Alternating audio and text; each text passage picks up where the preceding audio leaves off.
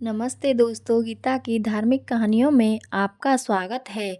आज हम सुनाते हैं शिवजी और माता पार्वती जी की धार्मिक पौराणिक कथा। भावना के भूखे हैं भोलेनाथ।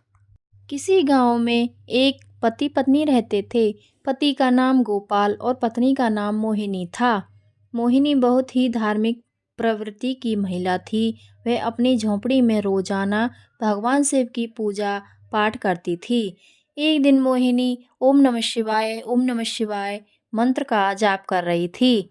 उसकी यह प्रार्थना कैलाश पर्वत पर बैठे भगवान शिव सुन रहे थे और माता पार्वती से कह रहे थे, देवी ये कितनी मीठी आवाज है। यह मेरे अंतर मन तक पहुंचकर मुझे मंत्रमुग्ध कर रही है। फिर माता पार्वती कहती हैं, आपने सही कहा है स्वामी। मोहिनी के इस जप से तो मैं भी मंत्रमुग्ध हो गई हूँ।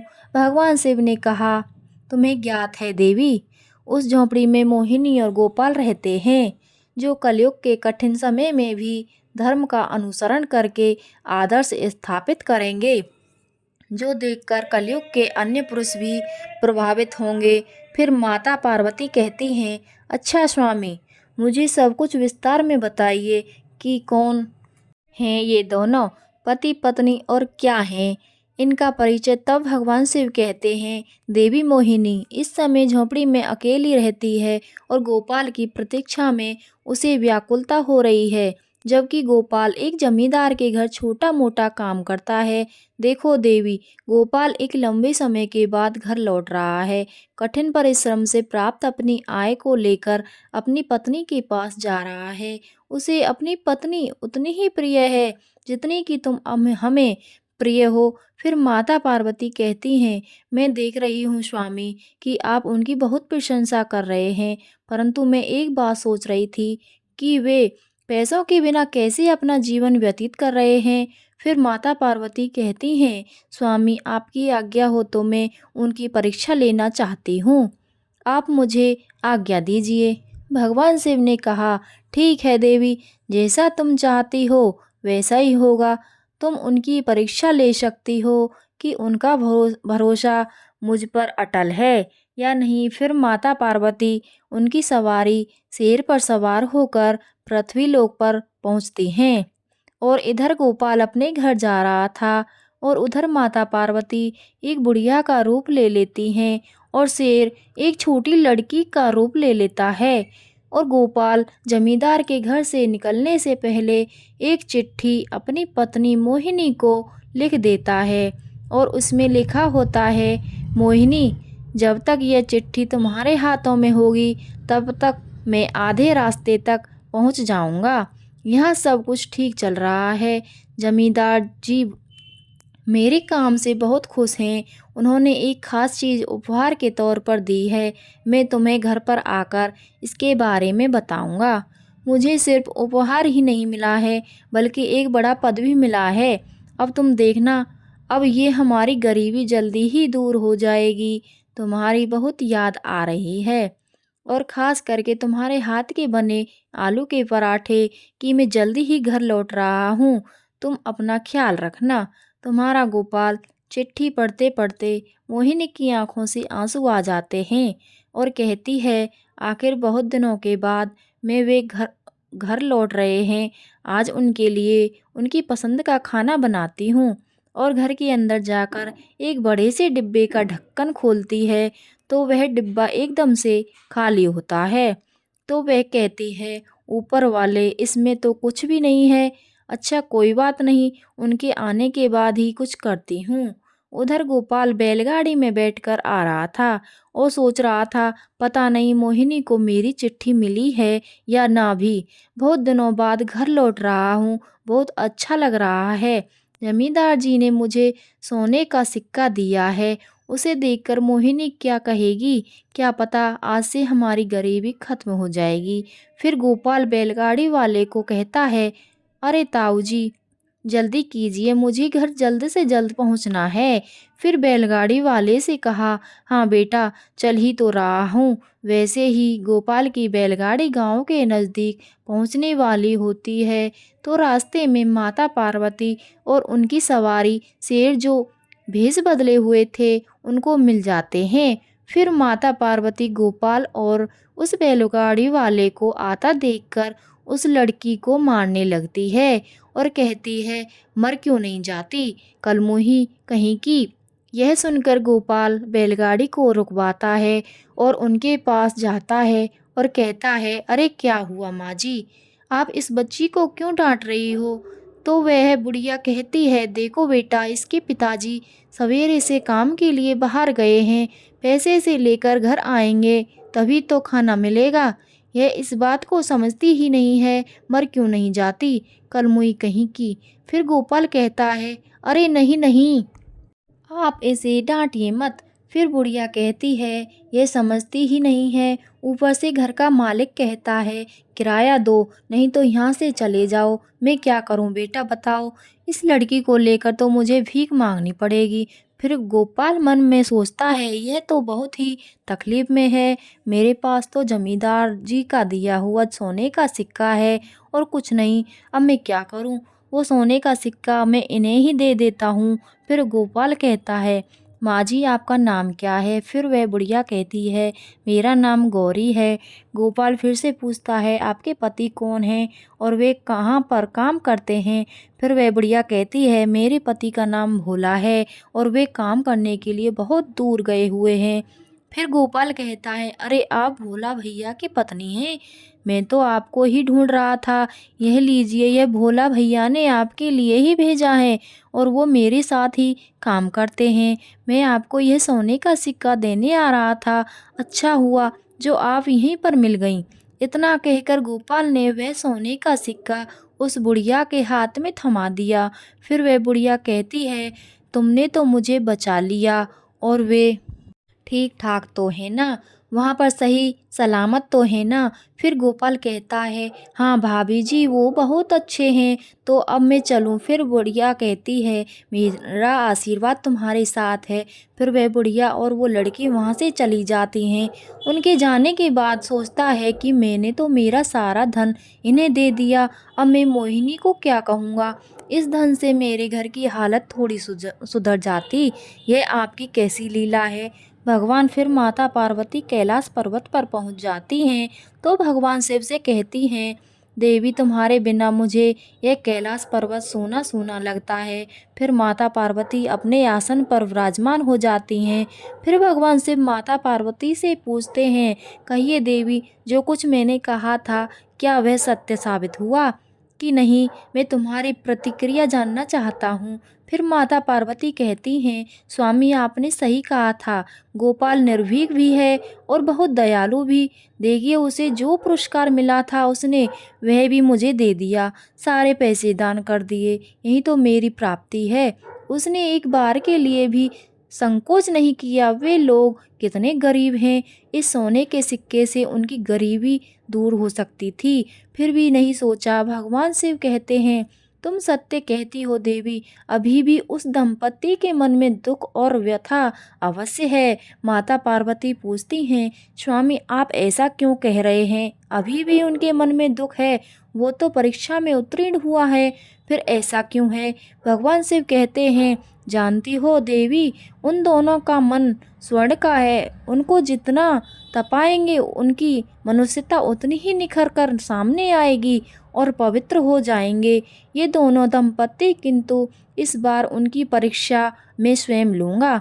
यदि वे मेरे द्वारा ली हुई परीक्षा में उत्तीर्ण हो जाते हैं तो इस असत्य के संसार में सदा सदा के लिए सत्यता की स्थापना हो जाएगी। उधर गोपाल को घर पहुंचने में थोड़ी देर हो जाती है तो उसकी पत्नी अपने घर में बने मंदिर में हाथ जोड़कर प्रार्थना करती है, हे भोलेनाथ, मेरे पति बस के अच्छे तरह से घर लौट आएं, इतना ही चाहती हूँ, उनका ख्याल रखना। तभी घर के बाहर से आवाज़ आती है, मोहिनी मोहिनी, दरवाज़ा खोलो, मैं आ गया हूँ। फिर मोहिनी कहती है, ऊपर वाले सचमुच आप हमारे सहायक हैं, बस मैं आपसे प्रार्थना कर रही थी, आपने उन्हें सही सलामत घर पर भेज दिया। फिर वह दरवाज़ा खोलती है और कहती है, आ गए, आप अंदर आइए। फिर गोपाल घर के अंदर आता है और कहता है, क्या हुआ, तुम तो बहुत दुबली हो गई हो। फिर मोहिनी कहती है, आपने चिट्ठी में लिखा था ना कि आपकी तरक्की हुई है और जमींदार जी ने आपको उपहार भी दिया है। अब आप मुझे बहुत सारा खाना खिलाएंगे और फिर से मैं मोटी हो जाऊंगी। यह कहकर वो हंसने लगती है।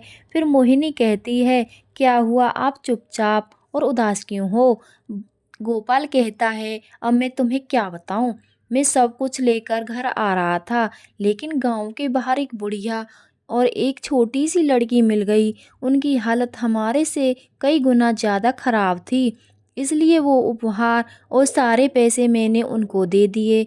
मोहिनी ने कहा, इसमें उदास होने की क्या बात है। गोपाल ने कहा, मैं इतना गरीब हूँ कि मैं तुम्हें 2 वक्त का खाना भी नहीं खिला सकता। मोहिनी कहती है, मैं यहाँ पर बहुत अच्छे से रह रही हूँ और वैसे भी अच्छे खाने पीने से ज़्यादा कीमती है आपका मन। आप बहुत दयालु हैं, सच कह रही हूँ, मुझे इसके अलावा और कुछ नहीं चाहिए। गोपाल कहता है, मैं तो घर खाली हाथ आया हूँ। मोहिनी ने कहा, आप जो दान करके आए हैं उसके लिए आप दुखी मत होइए। सच कह रही हूँ, आप पर मुझे गर्व है, आपने बहुत अच्छा काम किया है। गोपाल कहता है, लेकिन अब मैं क्या करूं, घर का खर्च कैसे चलाऊं। तो गायत्री ने कहा, आप एक काम कीजिए, सामने वाली ज़मीन खाली पड़ी है, वहाँ पर खेती कर लीजिए। गोपाल कहता है, तुम ठीक कह रही हो मोहिनी, अब मैं खेती बाड़ी करूँगा। अगर हमारा मन साफ है तो ऊपर वाला हमारी ज़रूर सुनेगा। मोहिनी कहती है, चलो आज खाने का बंदोबस्त हो जाएगा, मैं पड़ोसन से लेकर आई हूँ, आप बिल्कुल चिंता मत कीजिए। फिर अगले दिन गोपाल सामने वाली ज़मीन को फावड़े से खोदने लगता है और उस ज़मीन को खोदकर खेती योग्य बना देता है और उसमें गेहूं की खेती करता है और गेहूं की फसल अच्छे से उग जाती है और बड़ी भी हो जाती है। बस अब उसमें धान आने वाला होता है। यह देखकर गोपाल और उसकी पत्नी बहुत खुश होते हैं और मोहिनी कहती है, आप देखिए अब सब कुछ ठीक हो जाएगा। तभी अचानक एक दिन मूसलाधार बारिश हो जाती है और उसके साथ जोरदार तूफान भी आता है। फिर गोपाल और उसकी पत्नी उठकर अपने घर से बाहर निकलकर अपनी फसल को देखने जाते हैं तो पीछे से उनकी झोंपड़ी भी उड़ जाती है और देखते ही देखते बाढ़ जैसी स्थिति उत्पन्न हो जाती है। उनका पूरा खेत पानी में डूब जाता है और घर भी डूब जाता है। उनके घर के मंदिर में रखा हुआ कलश बहकर बाहर आता है तो उसकी पत्नी उसे उठाकर रोने लगती है। फिर अगली सुबह जब पानी उतर जाता है तब वह अपने खेत में जाकर देखते हैं तो पूरी फसल बर्बाद हो चुकी थी। घर पूरा पानी में डूबकर टूट गया था। फिर गोपाल कहता है, हे भगवान, तुम किस जन्म की परीक्षा ले रहे हो, अब हम क्या करेंगे। यह कहकर गोपाल फूट फूट कर रोने लगता है। मोहिनी कहती है, बस कीजिए, आप रोइए मत, ऊपर वाला हमारी परीक्षा ले रहा है। आप देखिए सब कुछ पहले की तरह ठीक ठाक हो जाएगा। उधर माता पार्वती भगवान शिव से कहती हैं, स्वामी आप उन पर दया कीजिए, उनकी और परीक्षा मत लीजिए, वे लोग बहुत गरीब हैं, मैं उनका और कष्ट नहीं देख सकती। भगवान शिव कहते हैं, स्वयं का धर्म और कर्म यही उनके सपनों को साकार करता है, इसके लिए और कुछ नहीं चाहिए। बात को समझो देवी, चारों तरफ अंधकार छाया हुआ है। इस अंधकार की भूख से ही सूर्य का उदय होता है। और इधर गोपाल और उसकी पत्नी एक शिव मंदिर के बाहर बैठ जाते हैं और गोपाल अपने मन में कहता है, हे भोलेनाथ, क्या पाप किया था मैंने जो आप हमें इतने कष्ट दे रहे हैं। मैं मोहिनी को और गरीबी में नहीं देख सकता हूँ। हे भोलेनाथ, मेरी प्रार्थना सुन लो। तभी मंदिर के दूसरे छोर पर भगवान शिव प्रकट होकर एक बूढ़े आदमी का रूप लेकर आते हैं और गोपाल के सामने से गुजरते हैं और उसके सामने एक सोने के सिक्कों से भरी थैली गिराकर आगे बढ़ जाते हैं। फिर गोपाल आवाज़ लगाता है, अरे बाबा सुनिए, यह आपकी थैली यहाँ गिर गई है। फिर भी वो बूढ़े बाबा नहीं सुनते हैं तो गोपाल उठकर उनके पीछे जाता है और उन्हें कहता है, अरे बाबा सुनिए, यह आपकी थैली गिर गई है। फिर वह बूढ़े बाबा कहते हैं, बहुत उपकार किया है भाई, तुमने मेरे जीवन भर की कमाई इस थैली में रखी हुई थी, इसे लौटाकर तुमने मुझ पर बहुत बड़ा एहसान किया है, वरना ऐसे में कौन लौटाता है। गोपाल कहता है, नहीं नहीं, दूसरे का सामान लौटाना तो मनुष्य का कर्तव्य है। फिर बूढ़े बाबा कहते हैं, तुम बहुत ही सच्चे इंसान हो, वरना इस दुनिया में बस झूठे लोग ही व्याप्त हैं। उन सबके बीच तुम बहुत बड़ा उदाहरण बनोगे। बेटा, तुम्हें देखकर लगता है कि तुम बहुत गरीबी में जी रहे हो, फिर भी तुम्हारे मन में लोभ लालच नहीं आया। यह बहुत बड़ी बात है। देखना, इस सत्य का फल तुम्हें अवश्य मिलेगा। यह मेरा आशीर्वाद है। अब मैं चलता हूँ। फिर गोपाल और उसकी पत्नी अपनी टूटी हुई झोंपड़ी में वापस चले जाते हैं। रात की समय मोहिनी गोपाल को एक गिलास पानी देती है और कहती है, ये लीजिए, आज भी पानी पीकर ही सोना पड़ेगा, ऐसे तो बुखार आ जाएगा। ऊपर से घर की छत भी नहीं है। फिर गोपाल रोते हुए कहता है, हे भोलेनाथ, मुझे माफ़ कर दो, मैं और नहीं सह सकता ये गरीबी। अब मेरे अंदर सहन शक्ति नहीं रही। प्रभु, तभी उनके घर के बाहर जोरदार प्रकाश प्रकट होता है। गोपाल और उसकी पत्नी घर के बाहर जाते हैं तो वे देखते हैं वही बुढ़िया और बच्ची और वही बूढ़े बाबा तीनों एक साथ दिखाई देते हैं, और थोड़ी ही देर में वे तीनों भगवान से माता पार्वती और शेर के रूप में परिवर्तित हो जाते हैं। गोपाल कहता है, मोहिनी, कहीं मैं सपना तो नहीं देख रहा हूँ। भगवान शिव और माता पार्वती साक्षात हमारे सामने खड़े हैं। फिर मोहिनी कहती है, ये सपना नहीं है, हकीकत है। देखिए, भगवान शिव हमारे बुलावे पर आ गए हैं। फिर दोनों पति पत्नी कहते हैं, भगवान शिव और माता पार्वती की जय हो। इतना कहकर वे दोनों उनके चरणों में गिर पड़े।